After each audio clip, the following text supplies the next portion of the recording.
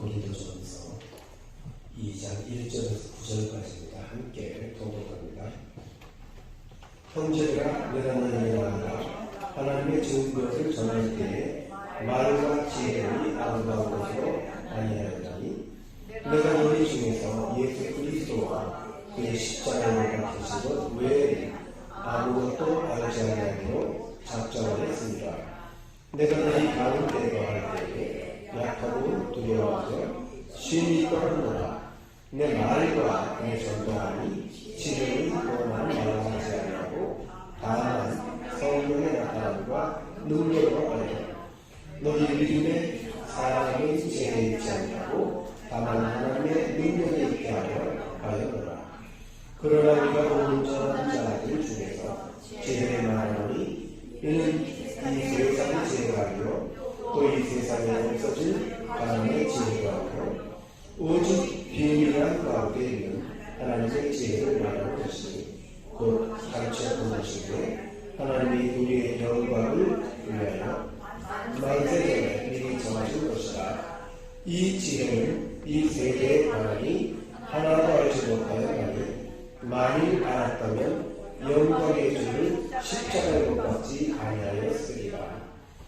이 기록된 바 하나님이 자기를 사랑하는 자를 위하여 얘기하신 모든 것은 눈으로 보지 못하고 귀로도 듣지 못하고 사람의 마음으로도 생각지 못하였다 함과 같으니라.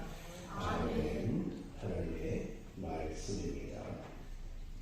하나님의 지혜, 십자가 복음이라는 제목으로 최명희 목사님께서 말씀을 전하시겠습니다.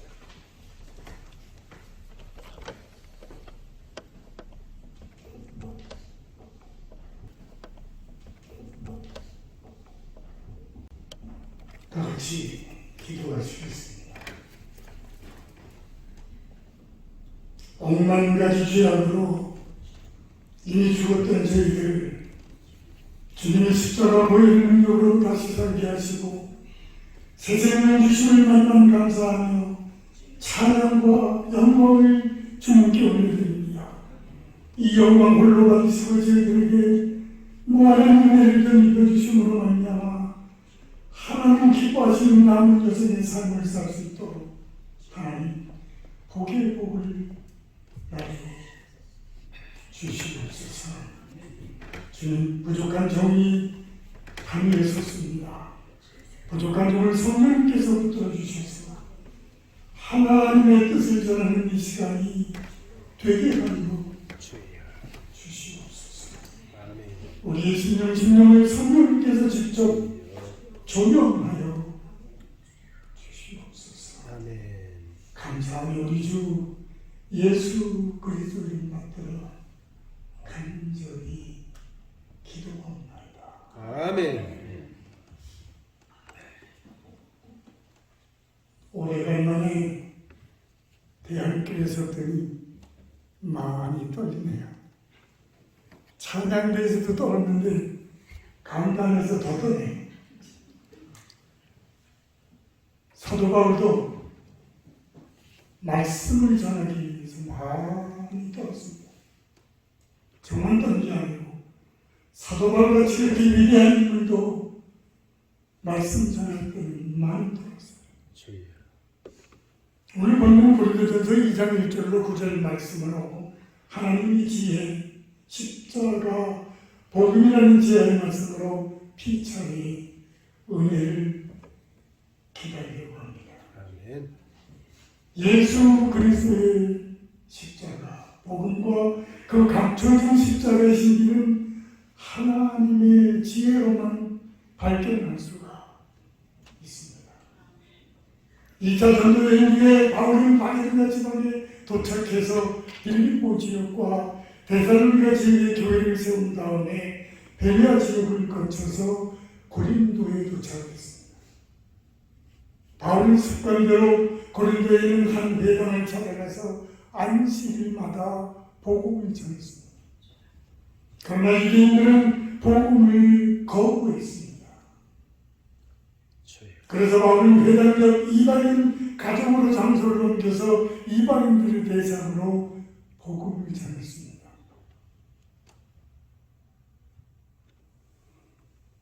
그래서 바울은 회당역 이방인 가정으로 장소를 옮겨서 이방인들을 대상으로 복음을 전했습니다. 그 결과 유대인 회당장이 복음을 듣고 회심을 해서 그의 가족 모두가 예수님을 믿고 세례를 받아서 성도가 되었습니다. 바울은 많은 위협 속에서도 약 18개월간 고린도에 머물면서 복음을 전했습니다. 이후 제3차 전도 여행 중에 에베소에 체류하던 바울은 고린도 교회에 관한 소식을 들었습니다. 그것은 교회 안에 여러 가지 문제가 그리고 갈등이 생겼다는 그런 소식을 듣게 됐습니다. 소식을 들은 사도 바울은 고린도 교회 안에 이런 문제를 해결하기 위해서 편지를 썼습니다. 고린도 교회 안에 발생한 문제는 지도자에 따라서 나누어진 계파, 그리고 부도덕한 모습, 우상에 바쳐진 제물로 인한 분열, 빈부의 차이에 따른 분열, 그리고 은사에 따른 분열이 생겼습니다. 바울이 이 문제를 해결하는 방법과 교훈을 편지에다 담았습니다. 그리고 모든 문제에 대한 해결은 십자가와 복음임을 담대하게 선포하고 있습니다. 바울이 오직 성령의 능력으로 깨우치고 전하는 복음을 들어보십시오. 바울은 십자가에 못 박히신 예수님을 말과 지혜가 아닌 성령의 능력으로 전했습니다. 듣는 사람들의 믿음이 하나님의 능력에 있게 하려는 것입니다. 복음의 능력은 멋있게 잘 포장을 해서 전하는 말에 있지 않고 복음 그 자체에 있습니다. 아멘.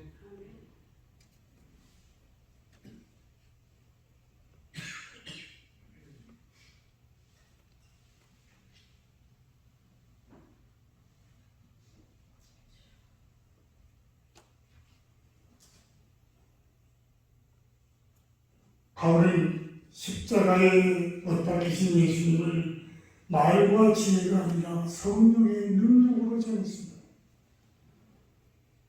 듣는 사람들의 믿음이 하나님의 능력에 있게 하려고 그렇게 전했던 것입니다. 바울은 복음을 전할 때 인간적인 설득이나 기교를 사용하지 않았습니다. 십자가에 못 박히신 예수 그리스도 외에는 아무것도 알지 않기로 작정을 했습니다. 그 당시 십자가는 유대인에게는 거리끼는 것이요 이방인은 미련한 것이었지만, 그러나 바울은 예수님의 십자가가 죄인 구원을 확신했기 때문에 가감없이 선포했습니다. 이렇게 십자가만 전하는 바울의 복음 선포에는 성령의 능력이 나타났습니다.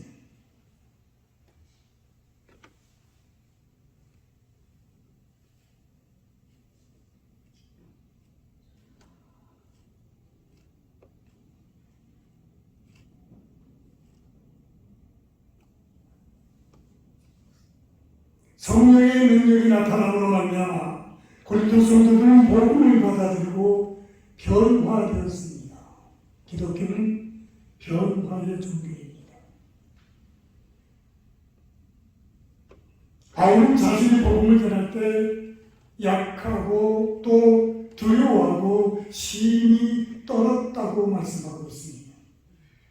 겸손하게 성령의 도우심을 의지하는 사람이 복음 증거의 가장 확실한 통로입니다.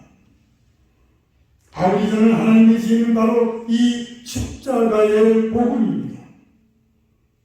하나님의 지혜는 만세전에 미리 정하신 것으로 비밀로 감춰져 있던 것인데 예수 그리스도를 통해서 인간 역사 속에 계시되었습니다. 이 지혜는 성령의 능력으로만 깨달을 수가 있습니다. 십자가 구원의 복음이 우리를 하나님의 영광으로 이끄는 것입니다. 십자가를 통한 하나님의 구원은 인간이 보지도 듣지도 생각하지도 못한 하나님의 비밀이 있는 지혜입니다. 이 마지막 시대에 우리는 과연 어떻게 살아야 할까요?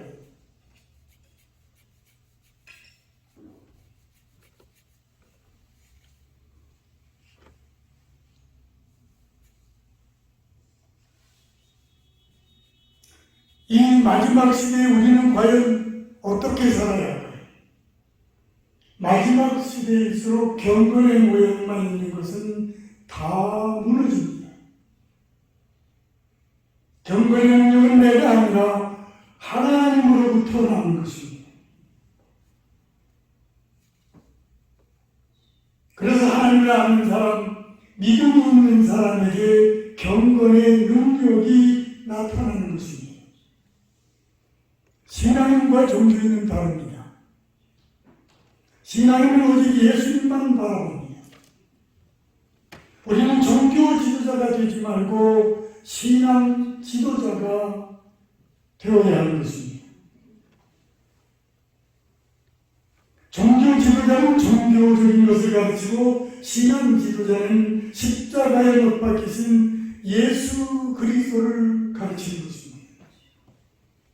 종교 지도자는 성경을 읽고 윤리와 도덕을 그리고 세상을 전합니다. 그러나 설교 강단에서는 피 묻은 십자가의 예수님이 그 주인공이 되어야 하는 것입니다. 예수님을 알기 위해서 그분 하나님의 뜻을 깨닫기 위해서 우리는 예배하며 또 말씀을 듣는 것입니다. 믿으십니까? 믿으십니까? 신앙인은 예수님 앞에서 살아가는 것입니다. 이른바 코란데오의 신앙입니다. 종교는 종교 인맥과 종교적인 습관을 따라서 살고 문제가 터지면 교회를 떠나 종교 생활마저도 나태해지는 것입니다. 신앙은 교회를 잠시 떠날 수 있어도 예수님을 떠나지는 않습니다. 차원이 다르죠. 진실하게 예수님을 바라보는 분들, 믿음을 가진 분들은 끝까지 견디며 기도하고 주님을 바라보는 것입니다. 이것이 마지막 때를 살아가는 우리 신앙인의 모습입니다. 마지막 시대의 믿음은 과연 어떤 믿음일까요? 여러분처럼 지키는 믿음입니다. 마지막 때 믿음을 지키기 위해서 오직 십자가에 예수 그리스도만을 붙드는 우리 모두가 되시기를 주님의 이름으로 소원합니다. 기독교가 종교에 머무르지 않고 살아있는 영적인 능력이 되게 하시는 것은 역시 하나님의 역사입니다. 십자가의 복음은 화려한 수사로 포장할 필요가 없는 단순 명료한 내용입니다. 한편 지식이 많았던 아덴 지역에서 바울은 말과 지혜의 아름다운 것을 앞세워서 선교를 했습니다. 그 후 예수님과 십자가만 전하기로 결심을 했고 그 열매가 바로 고린도 교회였습니다. 순전한 언어로 복음을 전할 때 성령은 더욱더 강렬하게 임재하는 것입니다. 초기 한국 교회의 기록을 살펴보면 엄기현이라는 인물이 있었습니다. 그에 대한 공식적인 기록은 경동제일교회 영수 엄기현입니다. 영수는 초기 한국교회 직분입니다. 영수는 교회 천도부터 행정까지 심지어 설교자가 없을 때는 설교까지 교회의 전반적인 일을 모두 맡아서 봉사하는 그런 직분입니다. 엄기현은 당시 양반을 모시는 마부였습니다. 배운 것이 없는 천민으로 양반이 타는 말을 모르는 그런 사람이었습니다. 엄기현이 모셨던 양반은 왕가 출신의 이재용이라고 하는 분입니다. 이재용 왕손 이재왕 고종보다 먼저 태어났더라면 왕이 될 수 있었던 사람으로 이제의 말을 걸지 않으면 엄기하는 말조차 붙일 수 없는 그런 지체가 높은 사람이었습니다. 그러나 어느 날 이재영이 엄기영에게 이것저것을 묻게 되었습니다. 그러다 뜬금없이 엄기영이 이렇게 말을 했습니다. 나리 황성하오나 오늘부터 예수를 믿으소서. 그래야 나라도 나리도 제사를 받고 영생을 얻을 수가 있습니다. 이 말을 들은 이재영은 처음에는 화를 버럭 냈지만 이후 엄기영의 말대로 예수님을 영접하고 왕가 출신의 목사가 되었습니다. 할렐루야! 놀랍지 않습니까? 투박해도 좋습니다. 우리는 이 구원의 복된 기쁜 소식을 열심히 그리고 또 열심히 전하셔야 합니다. 누가 전하겠어요?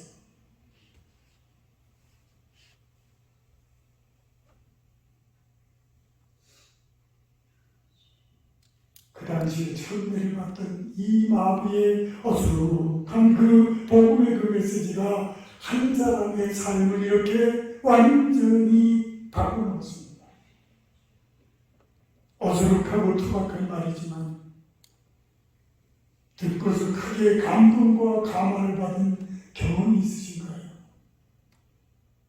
이런 경험을 하셔야 돼요. 바울이 살던 그 당시에는 웅변가가 많았습니다. 다양한 학문적인 지식을 갖춘 그분들이 그들의 시적인 풍요로움을 가지고 토론하고 또 웅변을 했습니다.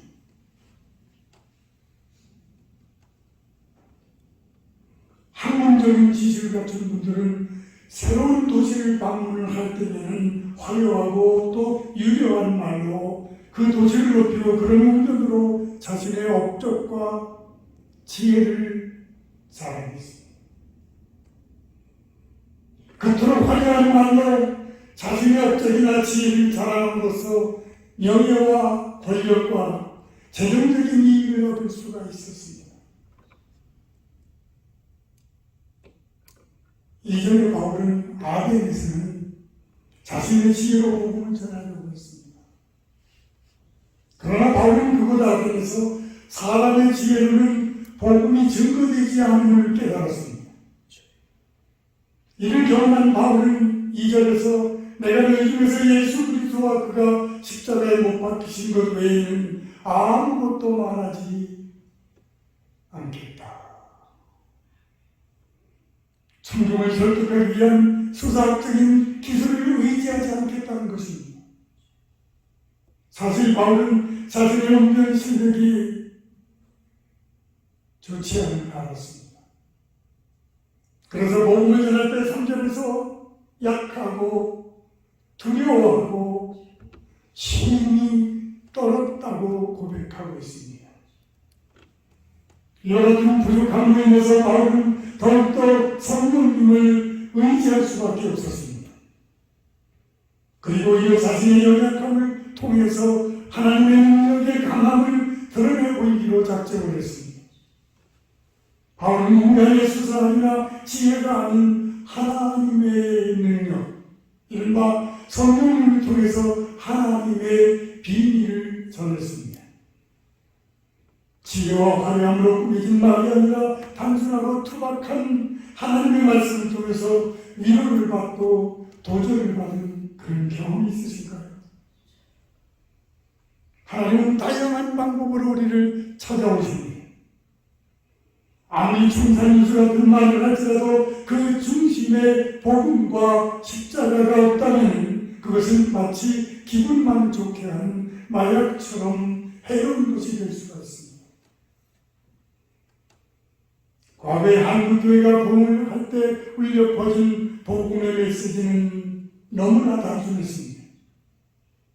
오직 예수 천당 불신 지옥이라고 외쳤습니다. 단순하다 못해 투박했던 이 터미널로지. 그러나 그 메시지가 가진 힘은 상상할 수 없는 부흥과 갱신을 그리고 성장을 가져왔습니다. 믿으십니까? 얼마나 뜨겁게 성령이 역사하셨는지 몰라요. 종교개혁자들의 맥심도 이와 같았습니다.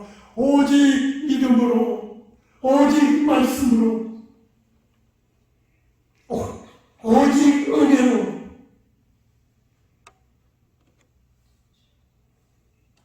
복음이 설명한 말이나 지혜가 아니라 성령님의 역사가 더욱더 분명하게 나타나고 있습니다. 왜 그럴까요? 복음에는 하나님의 능력과 힘이 있기 때문입니다. 바울이 말씀하시는 이 하나님의 지혜는 뭘 가르칠까요? 이 지혜를 몰랐던 세상 통치자들이 저지른 일은 무엇일까요? 하나님의 지혜는 예수 그리스도 십자가 복음을 가리키는 것입니다. 이 지혜를 몰랐던 세상 통치자들은 영광의 주님을 십자가에 못을 박았습니다. 바울 자신이 전하는 십자가 복음이 바로 하나님의 지혜이고 십자가 복음은 오직 성령에 의해서만 깨달을 수 있다. 그렇게 말씀하고 있습니다. 세상의 그 어떤 지혜로도 십자가 복음을 이해할 수가 없고 깨달을 수 없다고 강조하고 있습니다. 바울은 온전한 자들이 하나님의 지혜를 이해할 수 있다고 6절에서 말씀하고 있습니다. 온전한 자는 바로 성령님을 통해서 예수 그리스도를 믿는 사람을 의미하는 것입니다. 십자가 복음은 성령님의 도심과 하나님의 지혜로만 이해되고 깨닫게 되는 것입니다.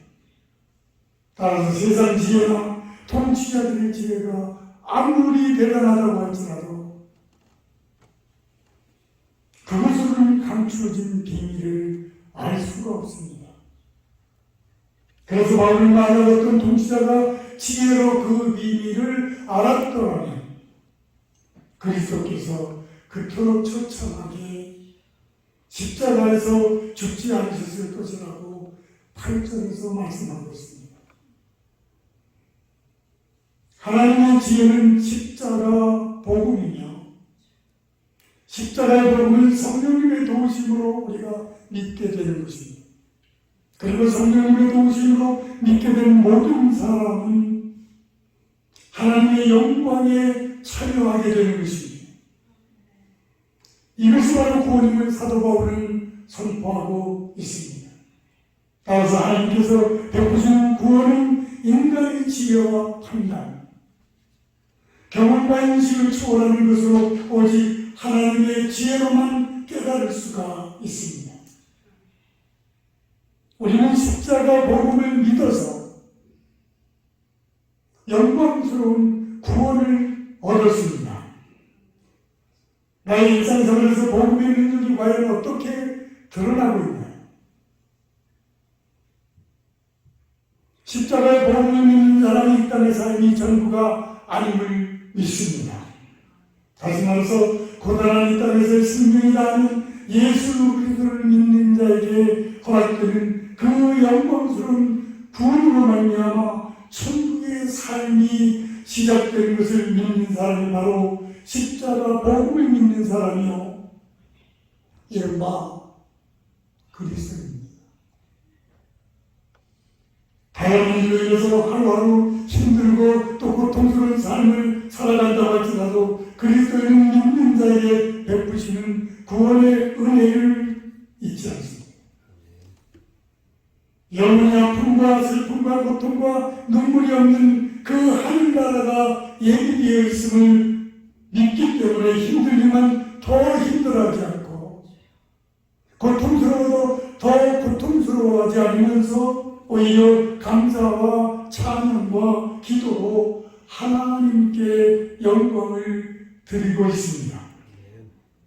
우리의 삶이 버겁고 힘들지만 찬양하고 절망스러운 상황에서도 우리는 소망을 가지는 것입니다. 그래서 세상은 믿는 사람의 마음속에 있는 평강을 이해하지 못하는 것입니다. 왜 그럴까요? 이 세상 사람들에게는 복음이 없기 때문입니다.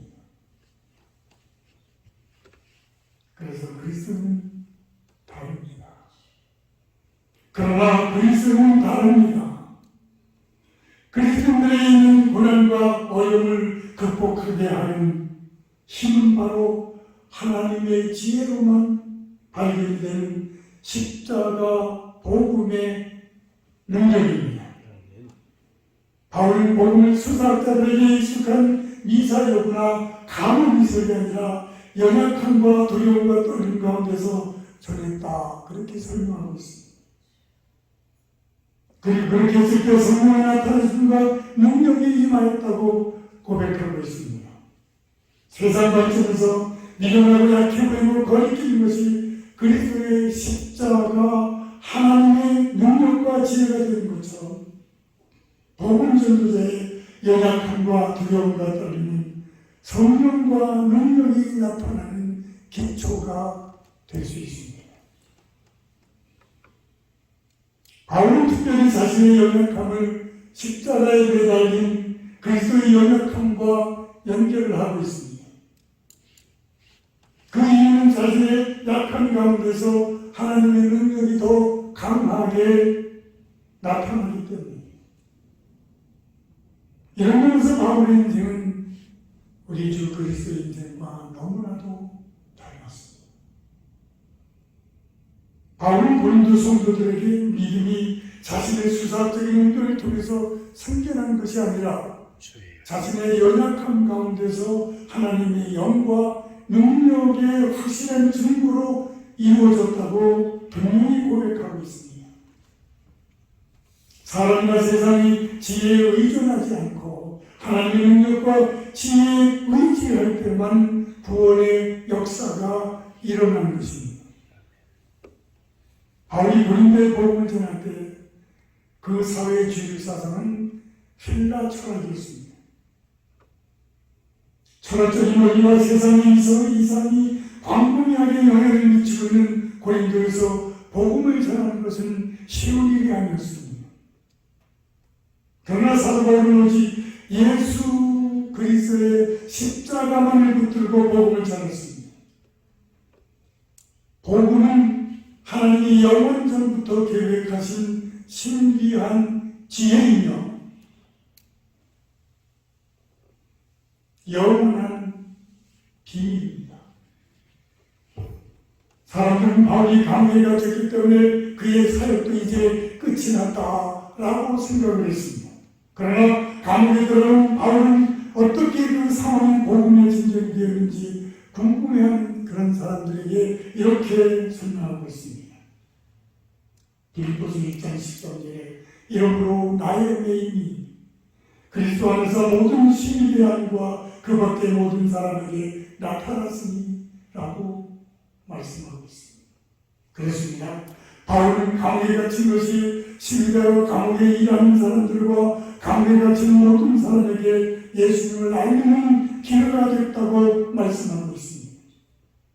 로마에서 로마인들에게 복음을 전할 수 있는 것이 불가능했는데 바울이 오히려 감옥에 들어오니까 합법적으로 전할 수 있는 기회가 가능했던 것입니다. 로마는 한쪽으로 뛰어다니도 만날 수 없는 사람들이 드디어 감옥에 갇힌 바울에게 찾아왔습니다. 함께 복음을 전했던 동역자 사이에도 두 파가 생겼습니다. 한 무리는 평소에 바울을 시기했던 사람들로 바울이 감옥에 있는 동안 자신들의 이름을 알리기 위해서 열심히 복음을 전했습니다. 또 한 무리는 감옥에 있는 바울을 대신해서 복음을 전하는데 열심을 내는 착한 마음에 순수하였습니다.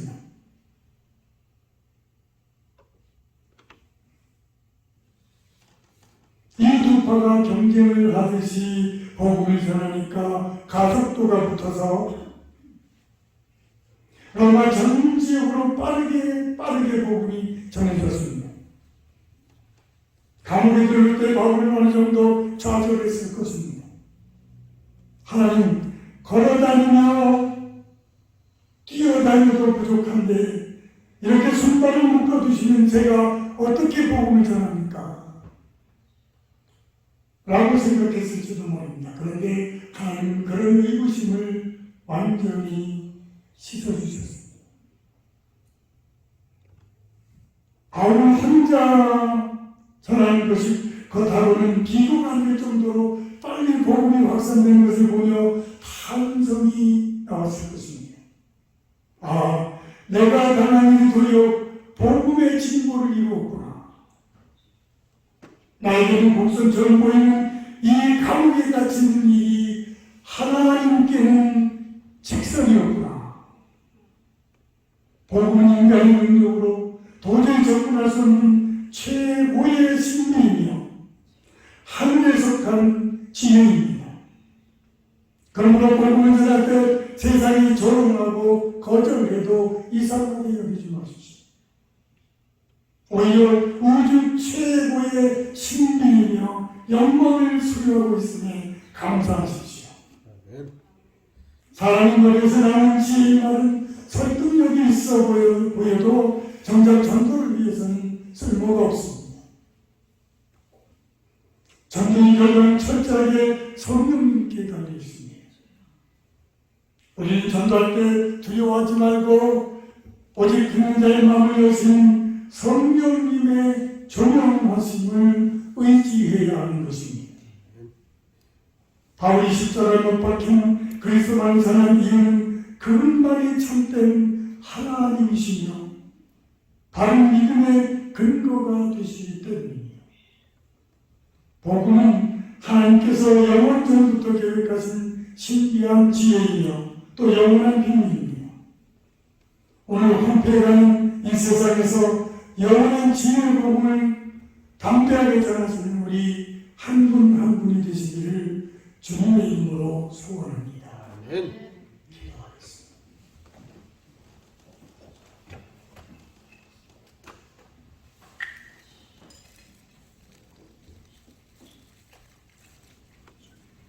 하나님의 말씀을 전하면서도 성령의 능력을 의지하기보다는 세상의 지혜를 따랐던 어리석음을 용서하여 주시옵소서.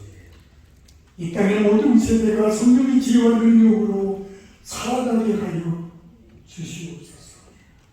구원해 주시는 지혜와 능력이 주님께 있음을 온전히 깨달아 날마다 주님 앞에 서기를 간구합니다. 복음은 시대의 유행이 아니라 영원한 지혜이며 오늘 십자가 복음의 비밀을 깨닫는 은혜를 주시니 감사합니다. 우리에게 베푸신 구원의 선물을 믿음으로 받아들이며 날마다 감격과 감사함으로 천국을 간절히 소망하게 하여 주시옵소서. 우리 전도할 때 두려워하지 말고 오직 듣는 자의 마음을 여시는 성령님의 조명하심이 있게 하여 주시옵소서. 회개의 영을 받고 성령의 단약한 동물의 역사로 전주님 이 구원의 기쁜 소식을 전하는 우리 대한교회가 되게 하여 주시옵소서. 아멘. 감사하며 우리 주 예수 그리스도를 받들어 축복하고 간절히 기도합니다. 아멘.